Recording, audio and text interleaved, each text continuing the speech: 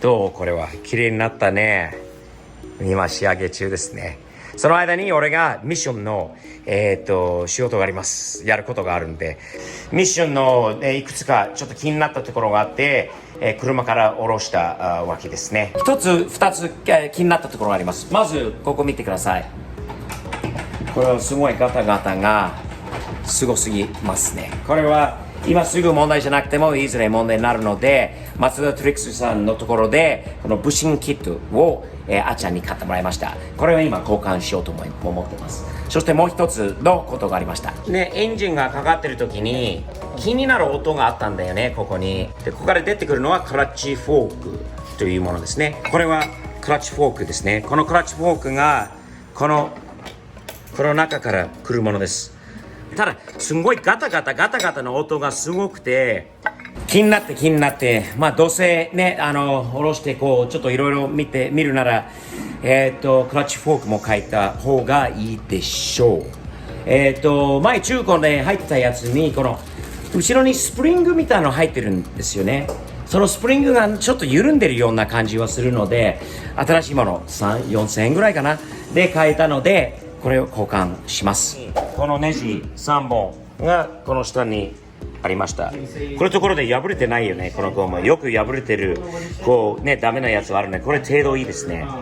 これを今度また引っ張るのかな。初めてやってるんだけどおそらく出てきました。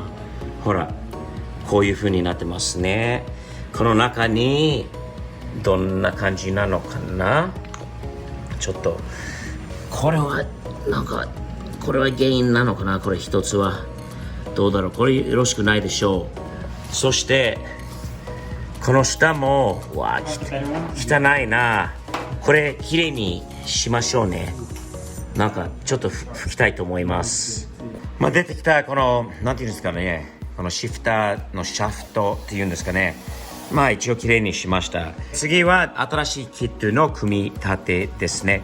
そしてこの中もできる限りはきれいにしたのでオイルも入れることですよね。この中にギアオイル、もちろんオイルを入れるならでキモリしかないですね。これなら今回はすごい便利じゃないですか。ほらこのコンテーナでこぼれることなし。このぐらいでいいかな。漏れないといいけどねこのぐらいかな。もうちょっとかな。はい OK です。きれいにしてオイルも入れて組み立てですね。オイルはもう少し足しました。もうちょっとかなっていう感じで、このハウジングの半分ぐらいまでかなっていう感じだったんだけど、一応ちょっと入れておきました。次はこれの組み立てですね。青い方のこういうやつがこうスプリングとこのクリップと別々なんですよね。で白いやつみたいに上からこれが来るんでこうなります。でパチンと、つくんで、それで上からかぶらせます。やった後見せます。白いやつを、ここに持ってきます。こういう感じですね。いずれこのゴムの交換することになりますよね。ここはとりあえず仕方ないので組み立てます。ボロボロです。ほら使い物にならないんで残しても意味がないかもしれないけど、とりあえずだいぶ良くなりました。もう全然さっきみたいなガタガタとかはないんで、硬くなったんでいい感じです。次はクラッチフォークですね。ここの部分です。古いクラッチフォーク、新しいクラッチフォーク。形にはね、これ調べたところよくあるのは割れたりとかここにひびが入って弱くなることがあるんだけど、その原因じゃないんだけど、ガタガタしていたのはおそらく原因だったのはこのスプリングが緩んでたっていうか広まってるんだよね。このスプリングはこのボールこの部分にこれですね、マツダパーツに入ります。この部分はこの中にありますね。これも交換しようと考えて、います。悪くはないかもしれないけど、どうせなら変えた方がいいかなと思って、買ってきてもらいました。これを比べるとまず言えるのはこのスプリングの硬さというか、ここももう疲れてるんじゃない？やっぱりこの違いですね。ちなみにこのパーツです。日本語で何て言うのかな？英語だったらスローアウトベアリング。まあクラッチのベアリングというものですよね。これとこのインプットシャフト、こちらにあるこのシャフトにグリースたっぷりかけましょうか。スローアウトベアリングにグリースかけて、それとそのクラッチフォーク新しいのを入れて、まあこういう動きですね。これを押されるとこう来るものですね。こうまあスムーズに動いてるんで、スプリングはまだ昨日あったやつより硬いっていうか、まあいい感じです。車に戻しましょう。その前にちょっとフライウィールも確認、トルクなどしましょう。見えますか？皆さんはクラッチ、プレッシャープレート、フライウィール全部新しいです。覚えてないかな？アンクルアーニーの話。会いに行った時にさ、結構威張って言ってたんだよね。若い時にさ、若い子たちがみんなこう RX7 のミッションを車の下でベンチプレスみたいにさやってたって言うんだよね。アンクルアーニーに負けたくないんだよね。かっこいい、すごい負けないよりもすごいかっこいい話なんで、ちょっとやってみていい？壊したら新しいの買ってじゃん。アンクルアーニーが言ったように、ほら、いい運動になるよね。これができる子がいればすごいでしょ。あちゃんもやってみる。あちゃん、いい運動。アンクルアーニー、よろしく。Hey Ernie, how am I doing with this? Am I too old to join the team still? Oh, help, Alex, help! Oh! もう外が暗くなって、下とか見ればドライブシャフト、マフラー、ミッション、新しいスレイブ、ミッションにオイル入れたし、これももう一回ブリーディングして、それで背中がすごい汚いだろうし、ね、顔も汚いし、手も汚いし、でもここまで来れたからエンジンかけてちゃんとミッションが変なガタガタとかがないことを乗りたいですね。はい、かけましょう。はい、なんかいい感じでしょ？いい感じ。ほら、硬いよね。硬い。OK？ うん。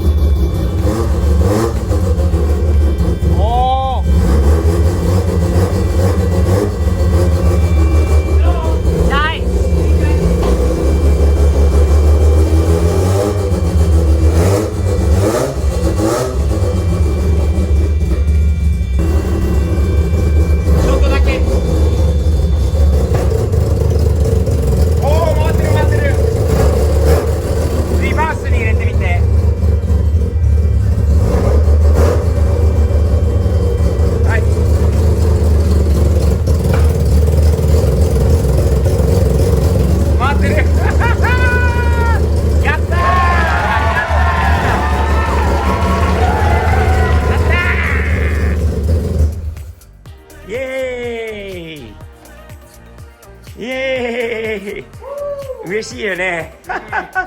苦労したのはやっと。じゃあ間もなく運転できるんじゃない？明日運転してみるか。イエーイ今日はね、このリックイモーリのオイルチェンジですね。ライアンさんが言うには、まだエンジンが新しい間にこのオイルチェンジをした方がいいと言ってたから、運転する前に一応オイルチェンジしないとダメなので、今日は初オイルチェンジやってみたいと思います。で、その後にデフにオイルがちゃんと入ってるのかをちょっと確認して、まあ一応多分新しいオイルも入れたいよね。結構もう多分20年ぐらい入ってるので、それも覚えてみたいのでちょっとやってみます。では先にエンジンのオイルから始めよう。今日ね、全部使うツールはやっぱりこのサネックスのレンチセットですね。結構車の下の間にいる時に結構簡単に見つかるから本当に楽ですね、このサネックスツール。みんなちょっと見てみてね。インスタグラムとかウェブサイトもコメントの方にあるので見てちょうだい。で、次にこのリクイモリの一番俺に言わして、このスバルのビデオ覚えてるかな。まあ、一応覚えてなかったらここに置くんだけど、ブランドンさんコントロールドモーターズでスバルにオイルを一応リクイモリの方に変えて、すごい大きい違いがあってびっくりして、もう FC にも今入ってるんだけど、やっぱりフレッシュなオイルに変えてね、ちょっと自分で初オイルチェンジするからちょっと楽しみにしてます。今ね、車の下にいるんだけど、ちょっと見ればここにまだちょっとオイルの漏れがあるよね。多分このウォッシャーがね、ちょっとちゃんとここ濡れてないのに、多分ここら辺がここ濡れてるんで、こここれ全部一応ちゃんと見てみて、オイル漏れがどっから来てるのかちょっと見てみてね、ちゃんとこれもあって、じゃあ始めようか。あーちゃん、初オイル交換？初オイル交換か。やったことないよね。やったことないよ。もう昔はね、必ず自分たちでオイル交換したんだけど、今はもうやっぱり捨てるのが大変だし、ね、なのでやっぱり人に任せることはあるんだけど、自分の愛車の RX7 なら初オイル交換はいいよね。リキューモリはもちろんね。じゃあそれ今ナットをトップ工業のレンチ使ったんだよね。で、押しながらプレッシャーを上に押しながら漏れてこないので、最後までもう取れたって漏れないようにね、頑張れあっちゃんはワンショットで、おー手がにかかってない？あんまり？このぐらい。どう色が綺麗な。これリキモリはもうゴールドンだよね。綺麗な色じゃない？ゴールド。リクイッドゴールド。オイルが全部取れて、でもう一回ボルト結構すごいきつくつけたわけじゃないんだけど、結構いい感じにもう一回戻して、次にオイル入れましょう。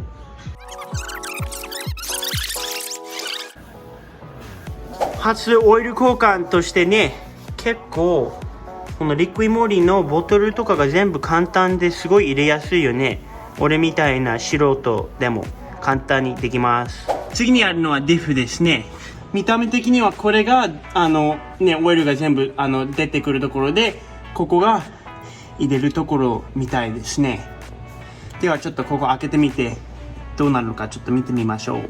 これはね、結構古いと思うよ。汚いと思う。入ってたらね。入ってないとちょっと心配なんだけどさ。どんだけ飛ぶのかがちょっと飛ばないと思うのは重いからさ、臭いと思うし、めっちゃ臭い。動画通して匂いが分かればいいんだけど、多分ね、見た目では匂いが分かるような気がする。レディー？来るよ。来る。オッケー。おー。そっか。でも車の今ね、前が上がってる？ちょっとケツをちょっと下げればもっと出てくるんだけど、匂いが匂いきた。ギアオイルの匂いがきた。わかった、ギアオイルの匂い。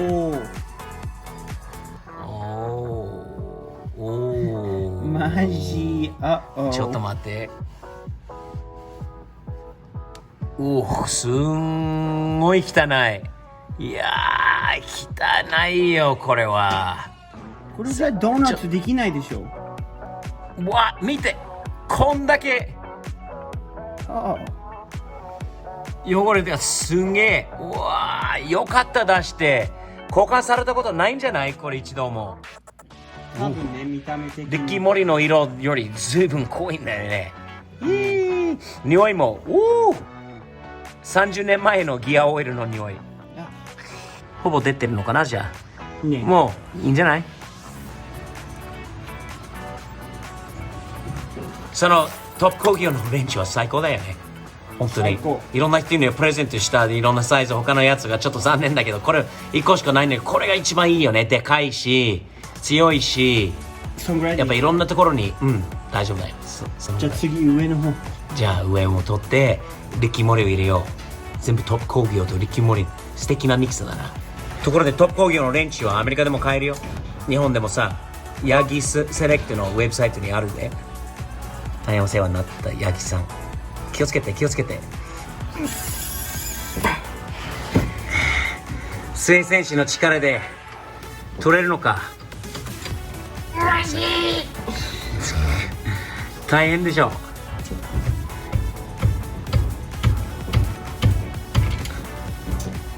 どうした？ハンマーがいるね。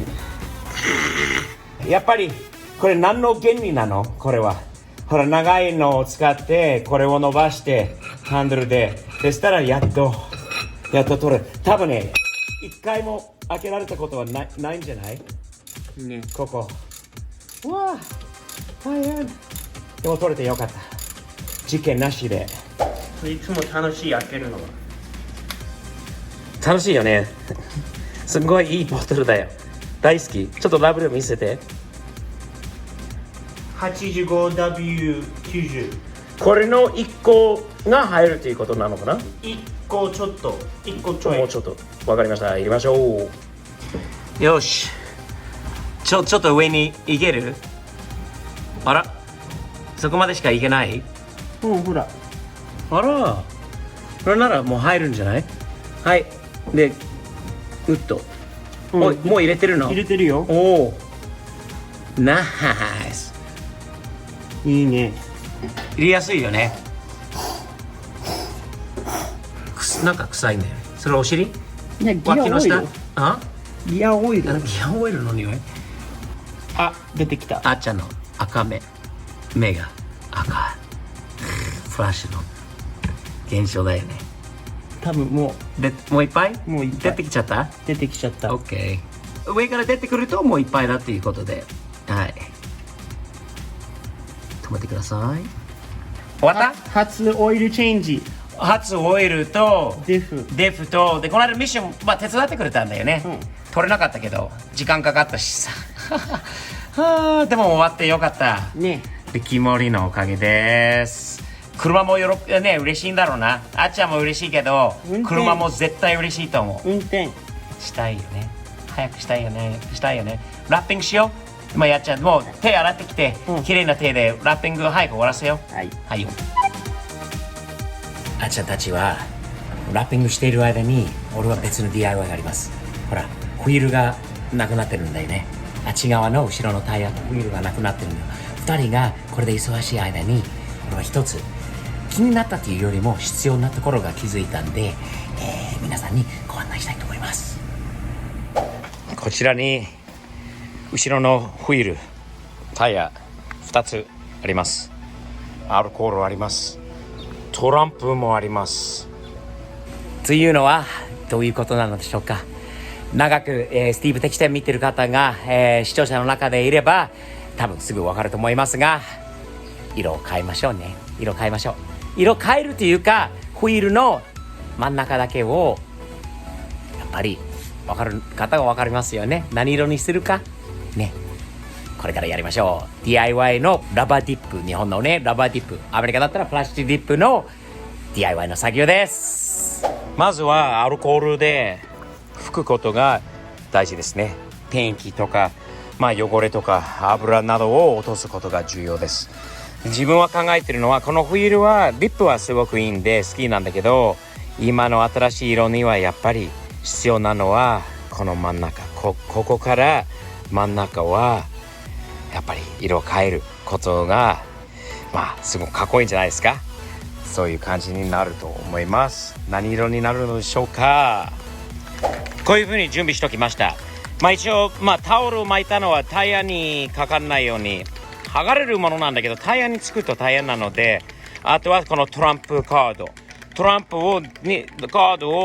をこのね周辺にかけたくないところにすると、いい感じになると思うので、やっぱり色はあれですね、紹介します。ゴールドになりますね。プラスチックディップのゴールドになります。やっぱり白にゴールドは素敵なんだよね。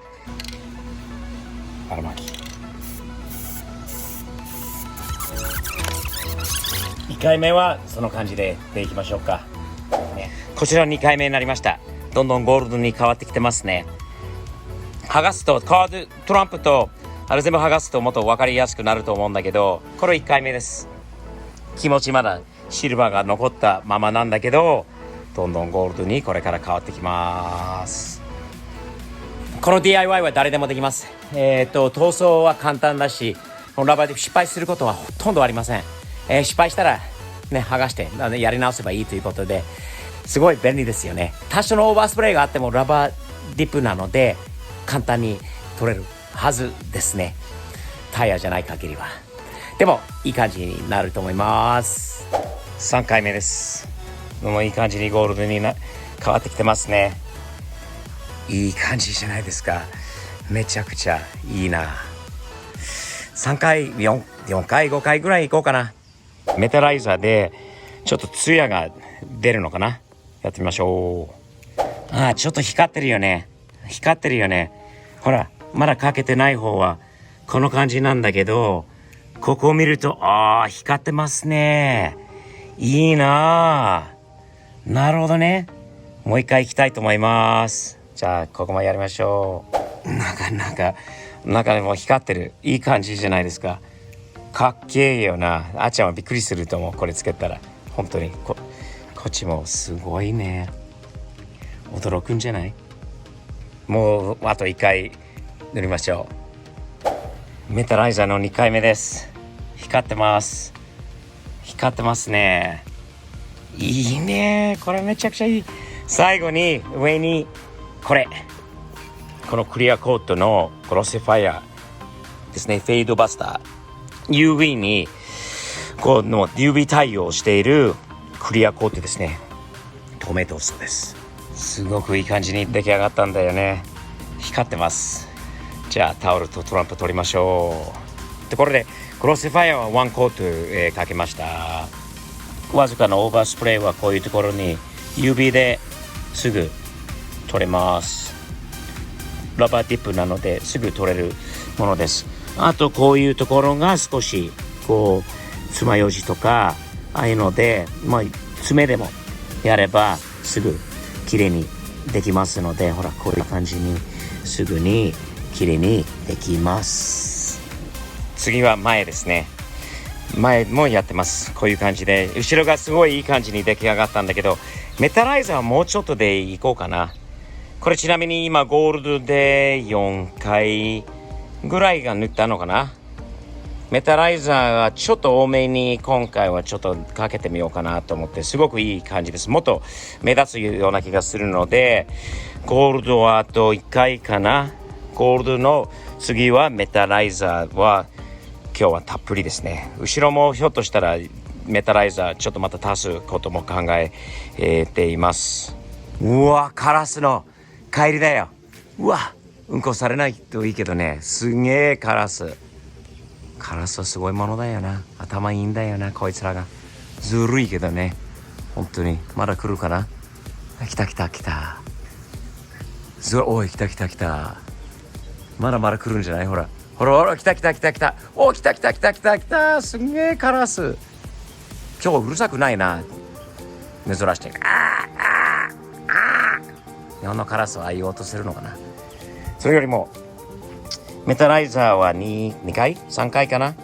こっちは完璧なんだけど、俺はここから覗くと悪くはないんだけど、ここね、この1箇所がね、ちょっとゴールドはかきすぎちゃったんだよな。目立つのかな。ちょっと残念だけど、あっちゃんに許してもらえるのかな。でも悪くはないです。 DIY ってやる分にはね。